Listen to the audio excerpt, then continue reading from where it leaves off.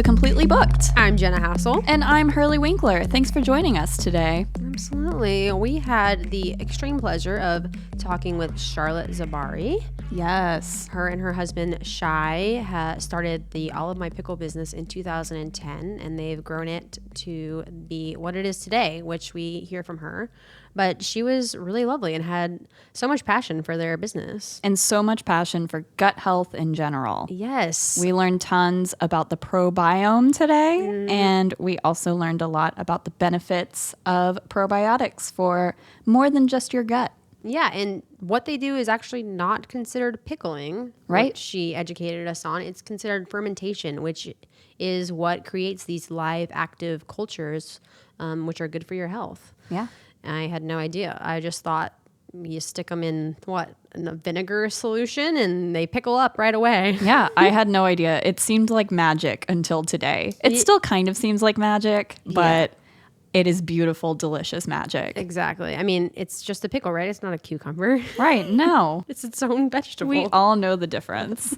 So without further ado, here's Charlotte Tzabari. Woo.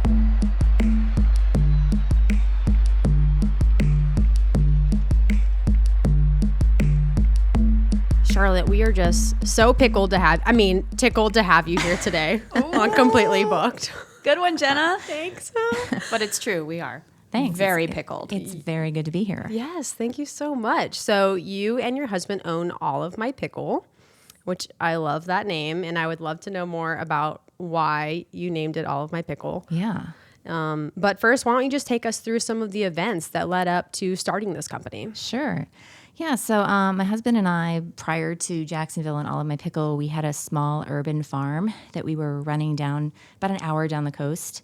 And we learned after a couple of years that we just weren't farmers. But part of the journey of that was that we had started Shai had started making his pickles and selling them at our farm stand. And they became the most popular and the easiest part of the entire business. So when we decided to close that chapter on things and moved to Jacksonville, we thought, why don't we make this the business? And then we also loved olives too, and there wasn't at that point like a great source of, high quality olives to be found. So, we sourced some olives, and Shai started making his pickles, and that was the beginning of the business. That's awesome. Yeah. And you have a unique technique for the fermentation. Yes. Why don't you tell us a little bit about where that came from? Yeah, sure. So, well, you said it. It's fermentation, and fermentation is different than pickling because it's a saltwater brining process that doesn't use vinegar or sugar or heat in the method. And it's actually the oldest food preservation method in the world. It dates back thousands of years and across all these different cultures. And it's how basically we used to preserve our food before there were refrigerators. So, fermentation uses time and temperature and salt level and the elimination of oxygen. That's the kind of the quick explanation. And what happens is the food is preserved, the nutrients and the vitamins actually increase. And the coolest part is that live cultures are created in that process, which makes fermented foods live and therefore raw, which means unpasteurized, and probiotic. So probiotics are good guy bacteria. When you eat them, that really helps your gut and your gut health, which is a whole podcast in and of itself. So that's sort of like why fermentation is special and cool and super extra healthy. And that was a kind of a special technique from Shai's family, right? Yeah. So he learned fermentation when he was growing up. He spent a lot of time at his grandparents' house, and they were Eastern European origin, and they escaped the Holocaust during World War II and came to Israel. Wow. Yeah. And they brought their old world, food culture, food traditions with them. They had a big garden in the back, and they would dry their garlic and their peppers, and fermenting the vegetables was just part of what they did. It wasn't a food trend back then or anything like that. It was just how Grandma made pickles. Savta made pickles. So he watched her do that, and he just knew that was how you made pickles. So when we were at the farm, he would make pickles that way.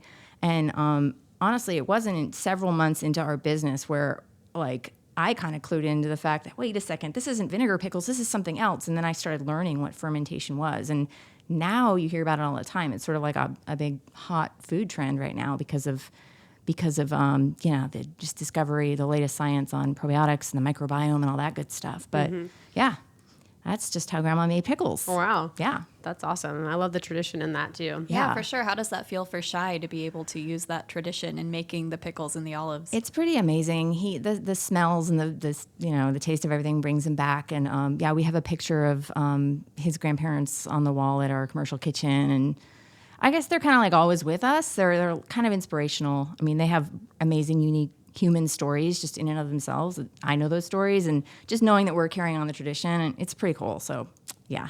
That's awesome. Yeah. I love that.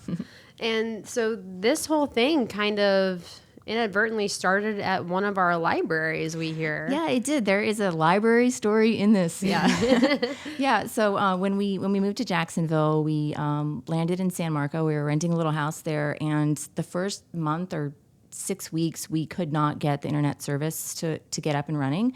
And so I was telling you, I've been a big, library person my whole life. I've moved around a lot. And like one of the first things I do when I go to a new city is I just go to the library to kind of just anchor myself and breathe in the air, and it's quiet there. And libraries have this like familiarity across cities and states and all that. So I did the same thing here in Jacksonville. And then when the internet service just would not come through, I just went to the library, and we registered our business, with the state, and we sourced a lot of our, early, equipment and supplies, and like all of that business startup stuff was basically done at the library over in San Marco. So that's the first month of Olive My Pickle. Yep.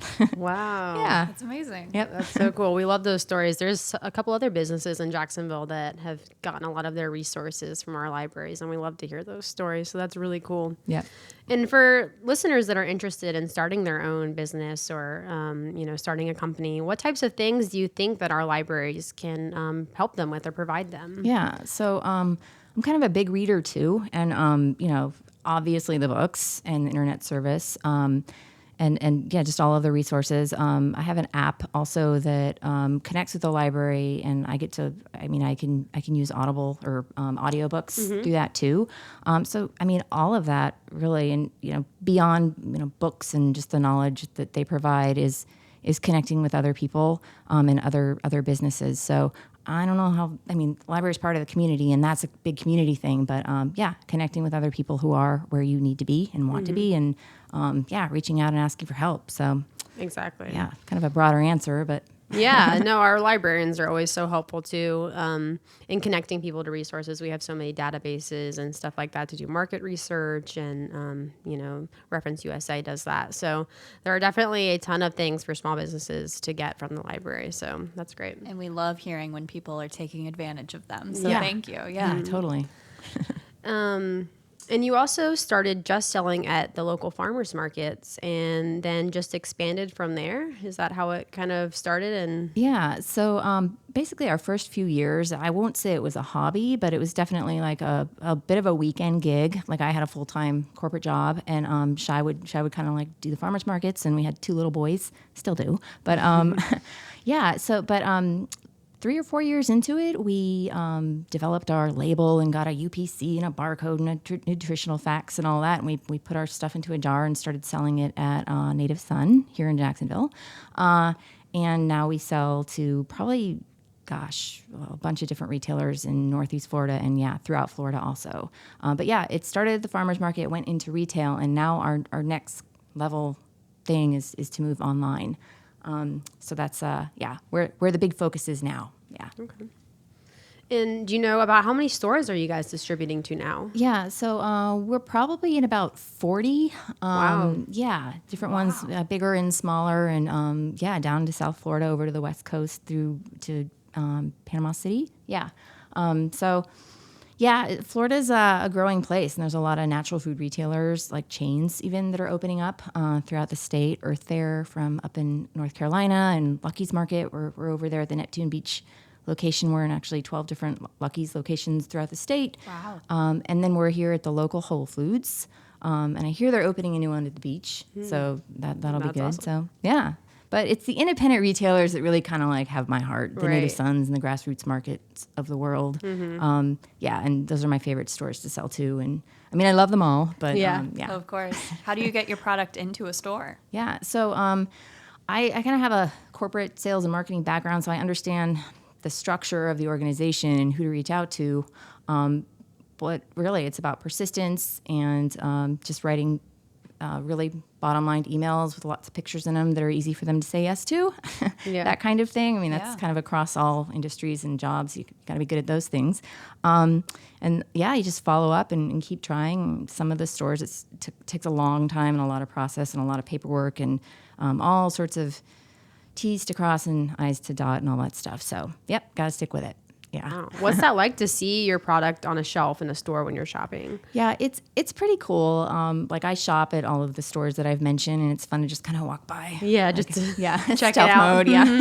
Yeah. But we just actually changed our packaging from jars into pouches, and so our stuff, including our pickles, are now in these stand-up, flexible pouches, full color labels, and we delivered the first batch of those here in Jacksonville last week. And this is something that's been like 5-6 months in the process, long process leading up to that. But I was shopping in one of the stores and I walked by and they were in there and I just pulled out my phone just yesterday and took a couple pictures. I was really proud because it's like, we did it. We did it. There they are. That's it. It's on the shelf. Yeah. It's kind of the icing on top to see the finished product on a store being. And there was a bunch of them missing, so people had been buying them. Yeah. That's great. Yeah, that's the best That's feeling. the best part. Yeah. What brought about the change in the packaging recently? Yeah. So glass jars they're kind of heavy, and a lot of different foods are moving into stand-up flexible pouches. You find more dry foods and snack foods that way, but we wanted to kind of make the change early. So stand-up flexible pouching also is super environmentally there's big advantages over glass, and it costs a lot less to transport and store, and just a much smaller transportation footprint and all that stuff. So way less post-consumer waste. So and lighter. I mean, I could go on, but and it's just kind of it's new and different, especially the pickles. When we put them in the pouches, they look really cool. So anyway, that's been my passion project for a lot of months now. So nice. Yeah. Well, they look great. Thank you. Yeah, Yes, we're sitting here looking at them now. So Yes, we are indeed. And you're right. You can see the kimchi and the sauerkraut coming through. It's awesome. Yeah, and it was fun. And what do you think makes your company special? Yeah, so I guess number one on a category level. In the natural food world, there's a lot of sauerkraut companies that just do sauerkraut because sauerkraut's actually pretty easy to get right and standardize. I won't say fermentation is easy. It's a simple process, but it's not easy. But we have sauerkraut. We have 7 different krauts and 3 different kimchis, and we also do fermented cucumber pickles.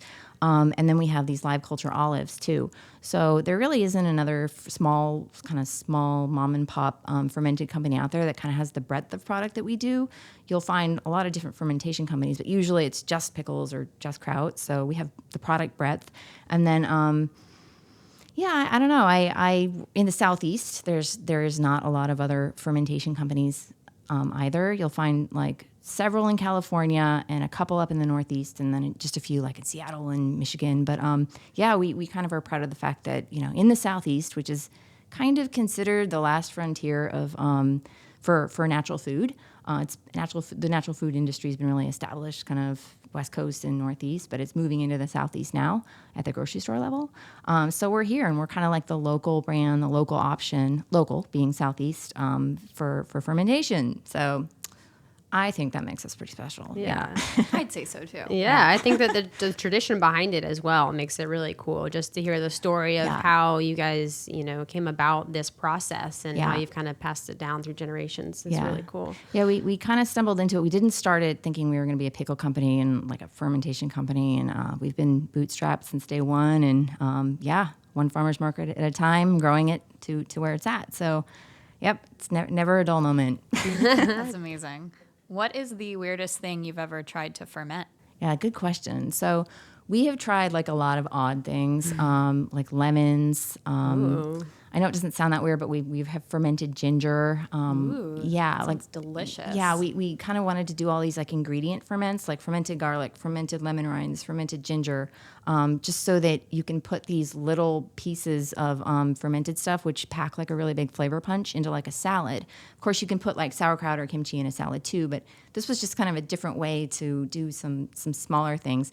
We're still tweaking those recipes because those those foods like garlic and they're really intense anyway, and then fermentation increases the intensity of the flavor. So they're almost like inedible at this point because they're so intense. So, but we're working on them. But yeah, I got a request the other day. Do you do pickled artichokes? Which was a strange request. People want us to do like all these different sort of oddball vegetables a lot of the time. And I'd be game for that on like the kitchen counter, but in terms of like small scale commercial fermentation, we're probably not going to explore all of those options. Right. Sticking to the krauts and the pickles. So.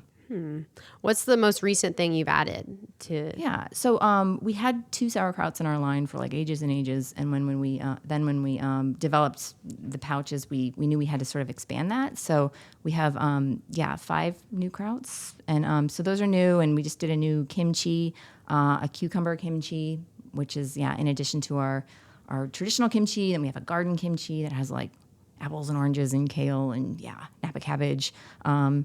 So just more of the cabbagey stuff, just to round out the categories and offer that good breadth of selection. Yeah.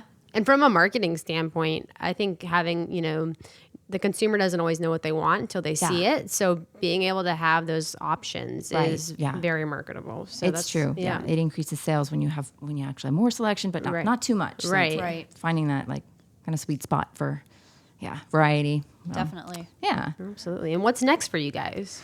Yeah, so like I said, we're going to really be doing a big online push. We just finished a photo shoot, and we're going to be refreshing our website and starting to do more of a social media push and do some fun things related to gut health education, like a gut health challenge that you can participate in online, and things like that. Because really, fermented foods taste good, and they're delicious and fun to eat and all that. But really, they're like a super food because of the live probiotics, and there's been a lot of increased awareness around gut health just because it's a new area of research, and so the nutritional scientific world is learning all about what the microbiome inside of our body is. It's a vast colony of good bacteria that lives in our body. Most of it's in our gut, and it's responsible for some pretty important things like your immune system function and your metabolism and the interplay between the gut and the brain. That's just really kind of, like I said, scientists are learning now how vital that connection is. And so gut health is foundational for overall good health. And one of the most important things you can do for gut health is to eat live, raw probiotic foods. And then there's a couple other things too, like hydrating yourself and eating lots of fiber. But I think gut health is going to be sort of this, it already is. There's tons of New York Times bestseller books on it right now. But people are kind of realizing more and more wow, this is an area of my health that I didn't actually know about before. Right. And there's a few things to do to increase gut health, and one of them is fermented foods. So we kind of want to be at the consumer level. There's a lot of doctors and functional medicine specialists out there talking about this, but we have a friendly consumer brand that can also be part of that education and supply the amazing, delicious fermented food. Exactly. So, here we are. I've seen that more too with the kefir water, and that type of that type of movement. All those products are kind of providing the same platform of the gut health and stuff like that. Right. So. But I feel like I've seen so many beverage-based products for gut health. Yeah. Right. So having something savory and crunchy. It's true. And I drink kombucha, and I won't knock all that stuff. However, I will say it's usually filled with a lot of sugar. Right. And one of the things that you don't want to do when you're really working on gut health is consume extra sugar. I mean, you don't want to be consuming extra sugar anyway, but those tend to be pretty sugary. And so, fermented foods, although they do have salt in them, it's like a natural mineral-based sea salt. So it's like the good kind of salt that your body needs. So, I think it's good to, just be aware of your sugar intake on the kombucha stuff. So, but it's good. Yep. That is awesome. And where can people find, you said you were working on your online store. Where can people find these products online? Yeah, so our website, olivemypickle.com, that's up now. We're just going to be making it look and function kind of extra cool in the next couple of weeks. But you can go there and check it out and read more. And then, of course, the farmers markets and the local retailers, here in Jacksonville. Awesome. And we'll have their link on our website as well at jackspubliclibrary.org/podcast. And you brought a few items with you today. I did. Yeah. Ooh, it's our lucky day, Jenna. It is. Yeah, I have one of our new sauerkrauts. This is like a traditional sauerkraut. It's caraway. It has caraway seeds in it. It's really good. And then I have our classic kimchi. Yeah, open them up and smell them. They're very fragrant. Yeah. So the kimchi is going to be a little spicier, but it's actually open already. Ooh. It smells really good. Yeah, that classic caraway, that's my favorite. That's why I brought it. And then our butter olives here are, this is our most popular olive. Yes. Okay, explain to me quickly exactly what a kimchi is. Sure. So kimchi is actually like it started becoming super popular a couple of years ago. It was very trendy. But kimchi is basically fermented cabbage, and it's like a staple in Korea. So you'll find it like on every plate, on every meal, in every meal in Korea. And that's where it came from. And I'm smelling it now. It's, like I said, it's very fragrant. Yeah, very spicy. But it doesn't smelling. smell like cabbage. Like when you think Right. of cabbage, like steamed cabbage, you think, oh, it's Yeah. going to be disgusting. This smells so good. Yeah, Oh, it's, yeah. it's What definitely. kind of seasoning and stuff? Yeah, so it's got like authentic Korean spices in there. my gosh, Yeah, that's that's awesome. pretty. I mean, Shai actually, when we started expanding out from pickles and into like kimchi and kraut, he went to a little hole in the wall Korean grocery store and befriended an older Korean woman, and yeah, he can be very charming if you've met Shai. Yeah, so they made friends, and yeah, she taught him how to make traditional kimchi. So he's been taught by another grandmother how to do kimchi. So yeah, he's That's incredible. very resourceful when it comes to Well, it smells learning. super authentic. Yeah. yeah, it does. Yeah, kimchi is like I said, fragrant stuff. Yeah. And it says on your packaging to drink the brine. Yes, What, drink the what are the brine. benefits in drinking the brine? Yeah, so we've actually sent our products out to a microbiology lab to have them tested for live culture counts called CFU, colony forming units of lactobacillus bacteria.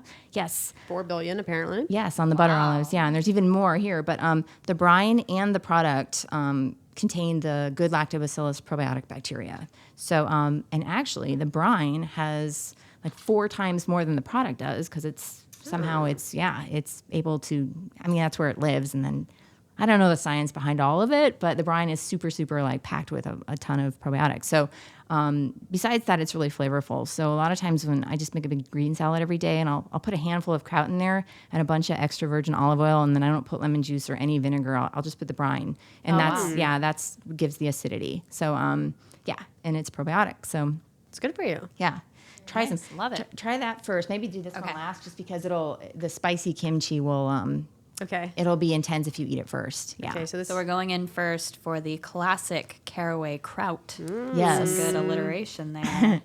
Yeah. So a caraway kraut is more of like a German tradition, or Eastern European, but it's really basic, and Oh, that's nice. the simplicity of it is what I love. Yeah, it has caraway seeds, which are basically what's found in rye bread. So but that one's good, and then that has a really nice finish. It's like The the crunch aftertaste is of that great. one. Yeah. Crunch is phenomenal. The I could see that on a salad yeah. for sure. Yeah. It's delicious. It's scrumptious. Yeah. That's a really yummy one. Krauts are fun to make. I love that. Now we're going in for the kimchi. Yep. The kimchi.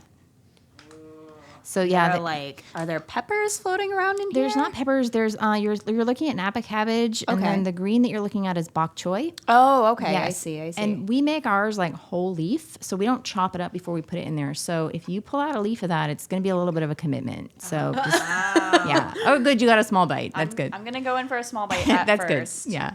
Oh wow. Yeah, but it has ginger and Korean spices, and of course there's sea salt in everything. And But it is like the most beautiful bright orange. I'm so Oh, excited. yeah. Little hints of red. I'm excited about this one. Okay. and let's- our kimchi's kind of Americanized. It's not like over the top hot. You won't get yourself like beyond the point of like control or anything. Right. Yeah. Oh, that one has a great finish too. It does. We call that the fermented finish. That's Okay. just another amazing thing about fermented foods is that finish, that aftertaste. Right, So, right. Yeah. You know you're eating. You know when it's fermented when you It's so yummy. yeah. And now that we're gonna spice. try some of the butter great. olives. Butter olives, yeah. So we import our olives, and we work with just amazing groves in the Middle East and in Europe, and we know the growers, and we've sourced the best. Yes, and then If I can get one out Yeah, of the I know. package, it's hard. It's hard. Trying not to get the microphones wet in here. There's like a Right. splash zone going on. Yeah, welcome Oh, to I my got life. one. roll off the I almost table got either. one. I got one. I did it. And it says these have Godspeed, pits. Jenna. Those do have pits. Yeah, yeah. Those are, and that's an Italian olive. It looks like a little, like a grape or something. It All does. right, yeah. Yeah, like a little green apple. Yeah, so this is an Italian olive. The Italian name is Castelvetrano, but nobody can remember that or pronounce it. So we've renamed it, in true American form, we've renamed it the butter olive because that's what it tastes like. Yeah, and people can remember that. So, Oh, it's very buttery. yeah, it's buttery, it's mild. Notoriously, I'm not an olive fan.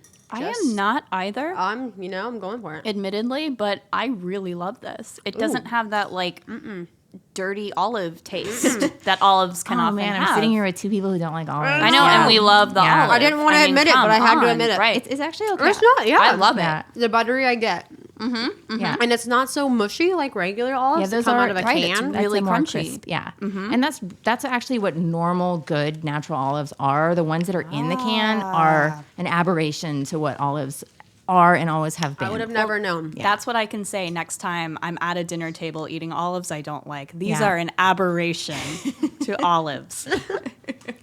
Oh man, Never seen a real olive before until you've seen Right. these. No, from those are Olive My Pickle. delicious. Those are I'm great. a fan. good. Wow. Yeah, I'm glad you guys like them. Yeah. The caraway kraut has 14 billion CFUs Yes. of lactic acid bacteria per Yes. serving. Yeah. So, yeah, cabbage carries Gut a health. huge Hello. yes, Hello. lactobacillus punch. That is great. Yes. GMO free. It's kosher. Yep. Kosher, We source our vegetables gluten-free. from here in Florida. We work with the local farmers, so Yeah. yeah, Cool. BS free. I mean, those are just great. yeah. Wonderful. Very cool. Thank you so much. Yes, yes. What a treat we had today. I know.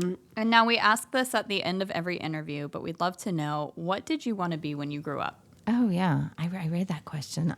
So it's funny. I wanted to be like a million different things. Mostly, I wanted to be an archaeologist. I wanted to be a teacher so I could write on the chalkboard. I wanted to be a fashion designer just because I love color, and a bunch of other things too. I wanted to be a coach. I wanted to, oh gosh, I could go on and on. Yeah, I'm not one of the. I was never set on one thing. So I didn't become an entrepreneur. I'm learning now in my life that that's actually a personality type that you are from like the day you're born. And yeah, the business development and all of the frenetic change and the fast pace and all of that. Just I have to have it, even though it's it's not the easiest. So, yeah, right. But Imagine. yeah. So I'm just I'm entrepreneurial. Yep. Very cool. Yeah. Well, the creativity you got to take with you for sure with this. And I've seen your displays and your booth at Riverside's Arts Market before, and the barrels and stuff. Oh, Everyone has to so stop cute. to see what's in the Yeah.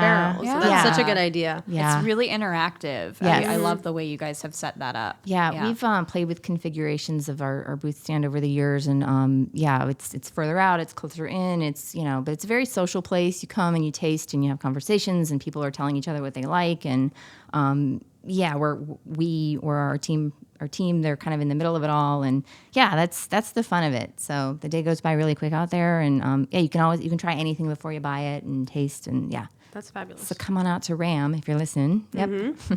And tell everyone again your website, and you have Instagram. Yeah. Let everyone know where Yep. they can find you. Instagram, Facebook, we're on Pinterest, and olivemypickle.com is the website. So check it out. Yeah. Yep. Well, I am a pickle believer now. So thank you so much for bringing these for Yeah. us. Thanks for Thank having me. you. This was super fun. Yes, it was such a treat. Thank you. Yeah.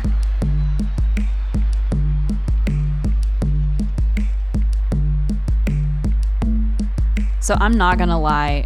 I really, truly do not like olives usually. You don't either? No, I really don't. I was very scared. And when I asked her to bring some items, I really thought she was going to bring us like 3 different types of pickles to try, or I was hoping so that she didn't bring us all olives. Right. And I saw the olives on the table, and I was just kind of like, "Whew, okay, all right, you can do this. You I can like eat how an Hurley olive." went first to try the olives and wasn't going to say that she didn't like them. I wasn't. And then I I, was gonna mentioned play it like, cool. I don't usually like olives. She was, oh, good. I don't either. I was like, oh, thank God. She put it up to me to I did. break it to the olive lady that neither of us It's liked true. olives. It's true. But like really and truly though, And these I- olives are Yes. delicious. And I didn't know that they were olives in her packaging. The back is clear and you can see them. And they look like little, You know what? Like, I don't know. You know those grapes that are kind of hard and Right. not like real I don't know. They may not even They be almost grapes. look like miniature green apples. Yes. To me, like really, really grape-sized apples. Yeah. A grapple, if you will. They're a beautiful color, and apparently this is what real olives are supposed to look like. Right, and taste like. Yes. And they were just so much more subtle than those usual like super salty olives you get in a jar. Ugh, they're all mushy. Right. They're so delicious. So She says they source them and they've met the farmers Right. that they get these from, which I think is great. They're really doing this thing right, you know? yeah, and doing it responsibly. Exactly. And I love, she was telling us before we started the interview, just how much of a role the library plays in her life. And she's moved around so much, and she always gets her library card right away when she comes to a new city. So her starting this from the San Marco Library is really, really cool. Yeah, totally special. She also recommended a book to us that we have in our library collection. It's called Genius Foods by an author named Max Lugavere. And that book tells you all about gut health and also, you know, cancer prevention, Alzheimer's prevention, written for a younger demographic. So be sure to check that out. The guy was, she was saying, is a millennial, super young, but has done extensive research on this whole movement with your biodome, or what you call it? The Probiodome? yeah. Hold on, it's on here. Your Microbiome? No, there's no dome. Oh. I think I keep adding that on accident. That sounds like a place where like your bacteria in Biodome your is a body movie. goes to fight, like taking it down in the biodome. It seems legit. I don't know. I'd believe you.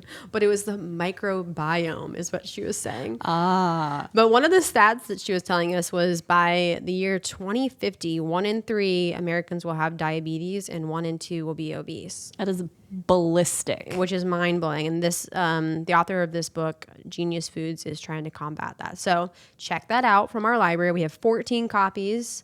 And also we have some coming on audiobook, and it is also on Access 360 and Overdrive, which you can get through our library app.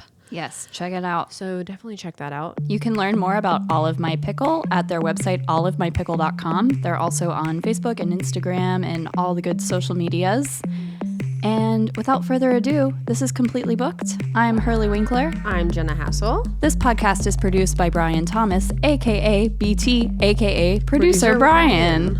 Goodbye!